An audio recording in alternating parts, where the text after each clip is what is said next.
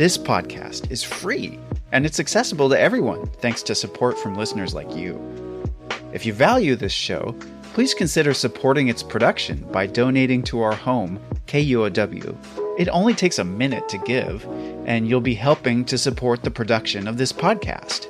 Make a donation at kuow.org or follow the link in the show notes. And thanks! Trevor and Audrey Diddell live in Snoqualmie, Washington, about 25 miles east of Seattle. 20 years ago, Snoqualmie had about 1,600 residents. Today, there are over 13,000 people. Single-family homes and tree-lined cul-de-sacs now spread across the valley. The Snoqualmie Parkway is the main artery running through town, so it dumps commuters onto Interstate 90 as they head to office jobs in Seattle. Just a simple right turn off that major road sits the home of the Diddells. We pull into the cul-de-sac. Audrey? Hi, yes. Hi. I'm Chris. Nice to meet you, Chris. Nice to meet you too. Yeah. Audrey's living room is modern and fashionable. Hardwood floors, white fluffy rug. It looks like it's straight from an HGTV home remodeling show. The last place you'd expect to go and hear a story about a carnivore. But one morning last spring, Audrey's husband Trevor woke early to let the dogs out. And out of the corner of my eye to the left over the deck, I saw just this slow-moving, very long animal. And my mind was just trying to quickly say, is it a dog? Is it a deer? Kind of going through what it could possibly be. But the long tail made Trevor certain he had seen a cougar. It was so low to the ground that it couldn't be a deer. And it was just so long that it just didn't seem like it fit for anything else. And how far off your deck here? 50 feet. But Trevor's wife, Audrey, wasn't so convinced. I mean, to give you some perspective, there's a Subway restaurant just around the corner from their house. If there was a Netflix series called Suburbia, it would be based here. I don't believe it. No way. That's so rare to see, in person. So Audrey set up a wildlife cam in their backyard. You know, one of those remote cameras that automatically takes pictures of things walking by. Maybe a photograph would settle the debate. A day or so later, she went to check the camera. And all of a sudden, sure enough, there it is, right there. I literally, ran inside. I was so excited, and I'm like, you're never going to believe what the camera picked up. I'm like, there's a cougar back here. From KUOW in Seattle, I'm Chris Morgan. Welcome to the wild.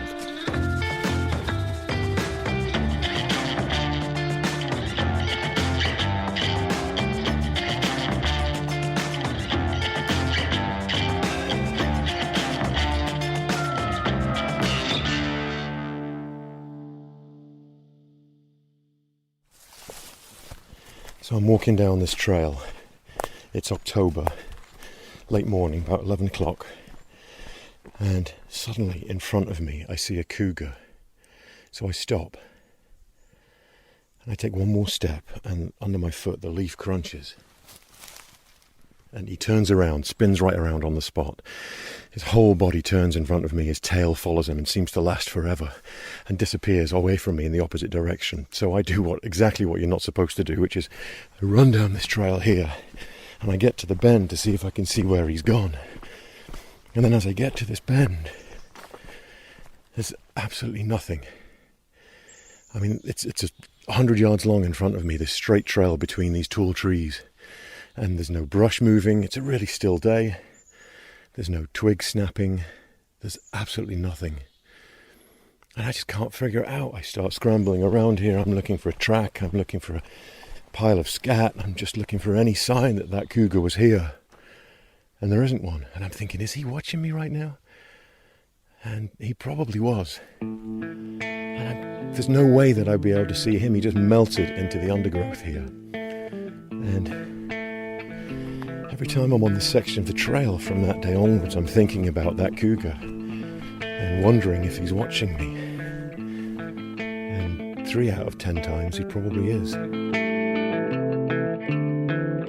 Experiences like this and stories I hear from people like the Diddells make me wonder, just what does the future look like for these big cats and for us as more and more humans live and recreate in cougar country? My friend Rocky Spencer was a cougar biologist with Washington State, and he told me once about a complaint he received. He said this old lady called him up one morning and said, "Rocky, there's a cougar in my backyard." And Rocky says, "Well, that's funny, because I got a call this morning from a cougar. He told me there's an old lady in his front yard." But our backyards are getting bigger, and the cougar's front yard is getting smaller. Since 1980, the population of Washington State has gone from 4 million to almost 7.5 million. Development has been spilling out from urban centres into cougar habitat. To understand the impact cougars and humans have on each other, I turn to my friend Brian Kurtzen. Chris Morgan. How's it going, mate? He's a research scientist with Washington State Department of Fish and Wildlife, and he's been studying cougars in this area for nearly 20 years. He's trying to learn how cougars are responding and adapting to human development. I'm riding along with Brian and his truck on a gravel road, just off Interstate 90 near a popular hiking trail called Mason Lake. He's tracking a cougar that's wearing a radio collar. Brian's a big guy. He has a tattoo of trees on his forearm. He gave up a football scholarship to study wildlife. Which, the unfortunate thing about that is I'm still built very much like what I used to do on the football field, which is probably not super conducive to tracking large carnivores. I am not the most aerobic human being on the face of the earth.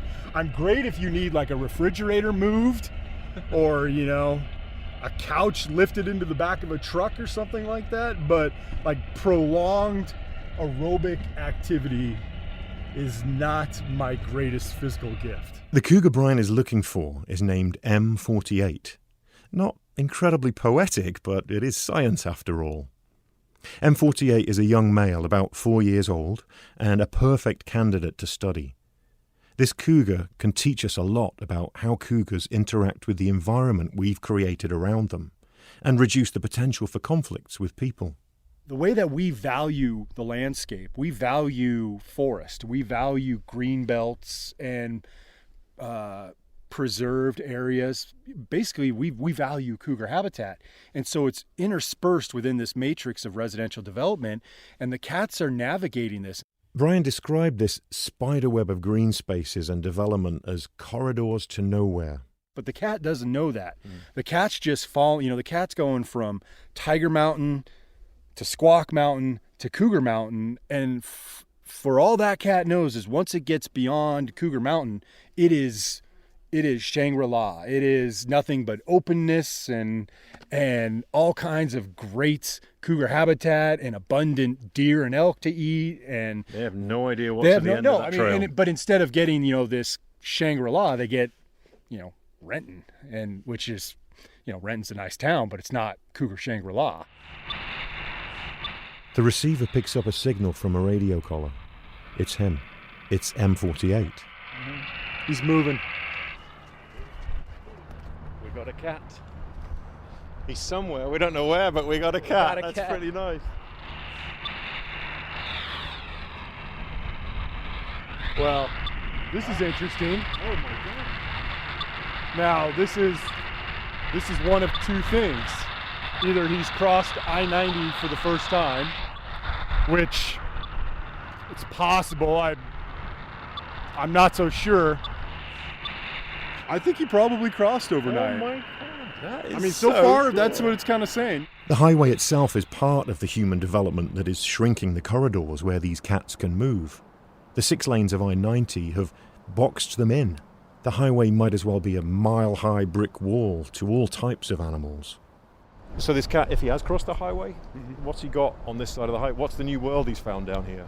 Basically, compared to where he's been spending the last 17 months and 3 weeks that he's been monitored, this is orders of magnitude better. There's much less residential development, much less chance of being hit by a car or shot at by a homeowner. His odds of survival, his risk of mortality are, they've just flipped. Good luck, M48. Brave new world for him. You only have to look around here to realise that every cougar, every day, is in survival mode. How to hide, when to hunt, what to hunt, how to avoid other predators, how to stay alive. But our close proximity to these cats carry a risk to humans as well. Wildlife officials are baffled by the first deadly mountain lion attack in Washington state in nearly a century. We're told the attack happened east of North Bend just after 11 o'clock this morning. In May of 2018, near one of the most popular hiking trails in Washington state, and just miles from the Diddell's home, 2 mountain bikers were attacked by a young male cougar. One cyclist was badly injured, the other was killed. It was an unusual incident, extremely rare. The last fatal cougar attack in Washington was nearly 100 years ago. But later that same summer, in Oregon, a woman was killed by a cougar, the first for the state. The Hunchback Trailhead near the Zigzag Ranger Station, closed off to hikers. This as authorities search for the cougar suspected in a deadly attack. And in February of this year, a runner in Fort Collins, Colorado was attacked by a juvenile cougar, but the man survived. These recent attacks have made people afraid. I've heard from some who are uneasy to go out into places where there might be cougars. Even my buddies, many of them experienced outdoorsmen, seem to be looking at cougars differently. But one friend has more experience than most. In fact, he's had more than one encounter with cougars. Bruce McNay is 75 years old. He and his wife Jean live just south of Carnation, a beautiful place, and a bit of a mecca for wildlife. Every time I come, Bruce has a new story about a bear, an elk, a deer or a bird. He talks about them like they're family. My experience with these guys is they're really pretty shy. Where I can, I won't make my presence noticed so I can observe them more. Mm-hmm. Cougars help maintain this ecosystem Bruce sees on his farm. It's an ancient system, and he sees the balance right outside his window all the time. Predators and prey are a part of his everyday world. Bruce takes me out to a spot on his property where he had a cougar encounter. He was walking on a path around his land when he heard a noise. He thought maybe it was a hunter. I'm scaling visually that hedge there, and as thinking I'd see a rifle butt or something up there, and as I crossed over, I dropped my eyes down, the cougar's right there. And if wherever it is from that gate, 11 paces, this is where I was standing. That's where this Wow. This energetic. What goes through your mind? Well, I was thrilled at first and concerned at the same time. Bruce found himself in a stare down with a big male cat. The cougar head to toe filled the entire length of the 8-foot gate on the edge of Bruce's property. A big tom like this can weigh in at 175 pounds. The feline was down, basically in an attack position. Ears back, forehead wrinkled, eyes on me. He's ready to make it. Wow, and make it off. I mean, it's thick brush through here. Well, I mean, he doesn't see me at first. Watching you for Yeah. for a little while, Well, potentially. yeah. I think he prepped to take you down if exactly. if you look like a choice prey item. Eyes locked. Bruce didn't have anything to defend himself, not even a stick. I unzipped my coat, brought it up over my head, and I and I made that sound. You scared the shit out of me, that's for sure. He didn't bat an eyelash. So I thought, well, damn, that didn't do it. That hasn't changed the equation at all. Now time is marching on, and we're having a pretty long connected spell here. Bruce tried to shake the cougar again. This time he raised his arms up and clapped twice. The big cat stood up, turned sideways, and simply walked away. He didn't bother to look back at me. I am an alpha Tom, and I can seriously kick your ass, and I'm really not too concerned about you, and ta-ta, I'll see you next time. There are just over 2,000 adult cougars in Washington state, and that means that there are 2 cats for every 39 square miles of suitable habitat. They're out there, and our hold on their land is getting tighter. You can clearly see that on Bruce's farm. And I think in this place in particular, I mean, you could hear the tractor next to us, you can hear a truck going by on the highway once in a while, and it just shows that these cats are using this landscape with deep secrecy. You wouldn't even ever know that they're there, but they are. There's the sound of the truck. Thank you. So, it's amazing to think that these cats are here and getting across the roads, hopefully most of the time, making their way from one backyard to the other, even if it's a 35-acre backyard like Bruce and Jean's here, and kind of making a living, but struggling. It's not easy for them, living by their wits and living by their opportunities that they make for themselves ultimately.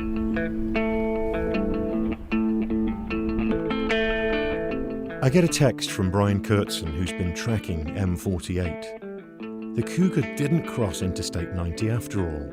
Turns out the radio signal was bouncing off the ridge south of the highway and giving a false reading. I'm disappointed for M48, but it could be worse.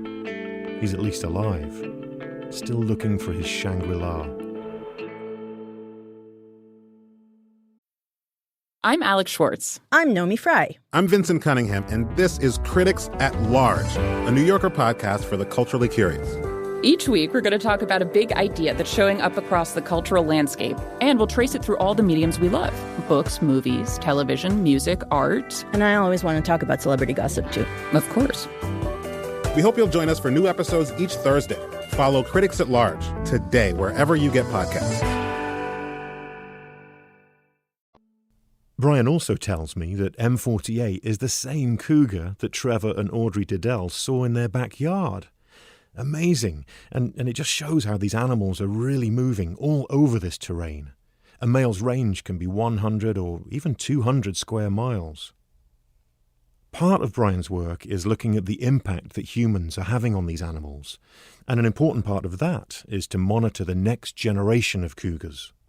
He believes he has located a den site, a nursery, with a mama cat and her kittens. And he wants to tag the kittens and get some DNA so that he can track their health and movements as they grow. Brian asks us if we want to join him. No need to ask twice. And like a couple of kids at Christmas, we show up to join him the next morning. We meet at a gas station in Deer Park. It's on the eastern side of Washington State, almost in Idaho. My producer Matt and I follow behind Brian. He's listening on his receiver for the mama cougar. He knows she's in the area. He reaches me on the two-way radio. You want some good news? Absolutely. Get in here. That signal is hammering. Oh, that's awesome. How close do you think we are at this point? 215 meters from the known den site. We get out onto the logging road. It's about 90 degrees, but everyone puts on long sleeves and gloves as we prepare to make our way to the cougar den to search for the kittens. I come up against this wall of brush and we start bushwhacking our way up. I'm throwing my leg over dead fallen trees. I'm sweaty. This is not easy. Cougars are total experts at maneuvering through dense undergrowth like this. I am not. This is a far cry from the back deck of the Diddells. We're in deep this time. And I honestly don't quite know what's ahead. So we're following like a combination of the GPS where Brian has the location of the den marked and the signal from the radio collar of the mother. It's like a lion track here. A lion track with a scrape right here. Very fresh in the duff.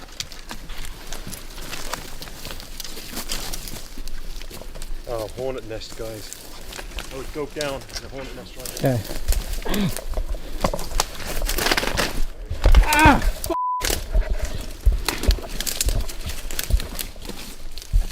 Yeah, I just got stung a few times. How many times did you get stung? Like 3. Yeah, me too. Nasty. Bit of a jolt. Well, you gotta pay the piper, gentlemen. These things aren't free. We move our way higher up the ridge. The signal starts booming in. Within 50 feet. You hear that? Within 50 feet. We search around the area, pushing our way through the thick brush. It's hard to imagine finding a tiny kitten when I can't even see Brian 3 paces away. What? What's up? Mom. Where? Right in front of me. Brian comes up on the mother. She's 10 feet away. He hears her growl but never sees her. It's a reminder of how these cats can just melt into their surroundings and we all freeze. I'm ready for a standoff. Brian warned me it could happen. But then she seems to back away, allowing us to move in. I'm amazed. Despite her mother's instincts, she wants no part in being around us. Everything good? We're good. I can't help but feel like an intruder, but it's this science and love for these animals that will keep them around. We got 3 kittens right here. A little dirty. Mr. Morgan. Oh my God. Are you kidding me? So here's 3 of them. Oh. I might have... Let me give you a hug. Well, oh my God. Yeah, so we're gonna do this fast because it just, Mom was here. I don't want to stress her any more than she already is. Brian hands me the first kitten. The next generation. And the whole world disappears from around me. I even forget about the mom who's still not far away. Okay. So this little guy is big enough to fit into my 2 hands. You can hear him growling. And his paws are oversized. Is this the female? That's the female. So now I'm holding the female and Brian's got it covered with a towel. Okay. Did you freak out in there? It was dark, wasn't it? Oh yeah, this one's smaller than the male. And she's panting and she's got these deep purple eyes. Purple blue eyes. I've never seen anything so beautiful in my life. Wow, covered in spots like a light tawny colour. And just...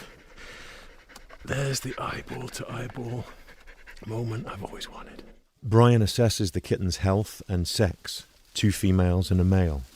When he's done with the second kitten, he hands it off to me. Oh, another one, okay. Got my hands full of cougar kittens. I think one of them peed on me.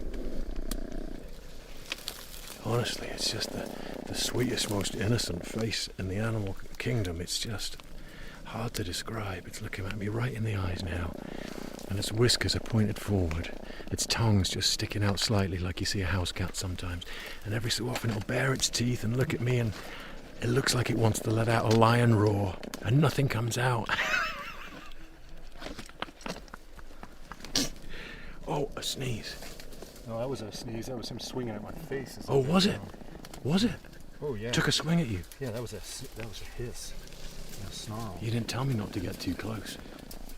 Wow. Even at just 4 weeks old, these miniature lions have a feisty survival instinct. Piss and vinegar, as Brian calls it. Brian finishes up tagging each kitten and taking a small DNA sample to help build a picture of this population, and we're out. We don't want to disturb the young cats or their mother any longer than we have to. We'll just set them down and tell them we're sorry for bothering them. Tell them to relay an apology to their mother. There you go, little guys. But they're going to generate all kinds of really valuable data. So they're ambassadors for their species. Say bye. The mother will come back after we leave, and may move them to another den site nearby. That's something they do fairly often anyway. We leave the kittens and scramble down the hillside towards the trucks. I'm exhausted but exhilarated from the rush of adrenaline. I hang back, thinking about what just happened. What's around the corner for these tiny cougar kittens? I hope their grit and determination sees them through, because they're entering a changing world. It's changing for all of us. But the fact is that these big cats help keep ecosystems healthy. It's an ancient role they play. And to me, the bottom line is amazement that these cats are out there watching us, even if we never see them. And looking at it through their perspective reminds me how lucky we are that they have found a way to work around us, among us even. Sometimes people ask me, how do we coexist with cougars? And I say, we already are.